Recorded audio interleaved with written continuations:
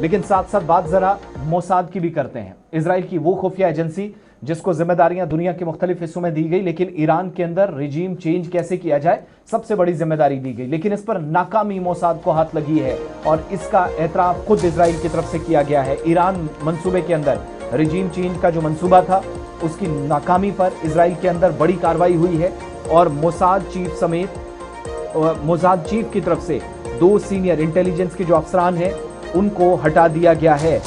ये एक ऐसी एजेंसी जो दुनिया के मजबूत तरीन एजेंसीज में मानी जाती रही है और अब अपना ये प्लान जो बनाया था उसको एग्जीक्यूट नहीं कर सकी है। ईरान में रिजीम चेंज में नाकामी के बाद इजरायली खुफिया एजेंसी मोसाद के नए सरबरा रोमन गोफान की तरफ से हुकूमत की तब्दीली का जो मंसूबा बनाया गया था और जिन लोगों को ये जिम्मेदारी सौंपी गई थी, इससे वाबस्ता 2 इंतहाई सीनियर अफसरान को ओहदों से हटा दिया गया है। इजरायली टीवी चैनल 12 की रिपोर्ट के मुताबिक ये दोनों अफसरान इस मंसूबे की तैयारी और इस पर अमल दरामद की हिकमत अमली बनाने में मरकजी किरदार अदा कर रहे थे, लेकिन दोनों नाकाम हुए। गुज़श्ता साल दिसंबर में मोसाद की इंटेलिजेंस डायरेक्टरेट के सरबराह एक अफसर इन्हीं में से बने थे, जबकि दूसरा इदारे के ईरान डिवीजन की क़यादत कर रहा था।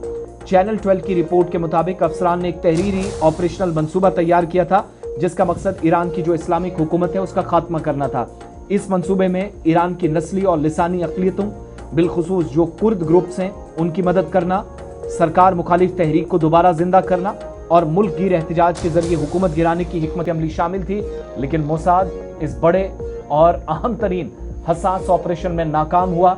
इस बात का एतराफ इजराइल के चैनल 12 ने किया है और 2 सीनियर अफसरान जो एक मोसाद का हेड भी रह चुका है दिसंबर 2025 में, इन दोनों को नए चीफ की तरफ से मोसाद से हटा दिया गया है।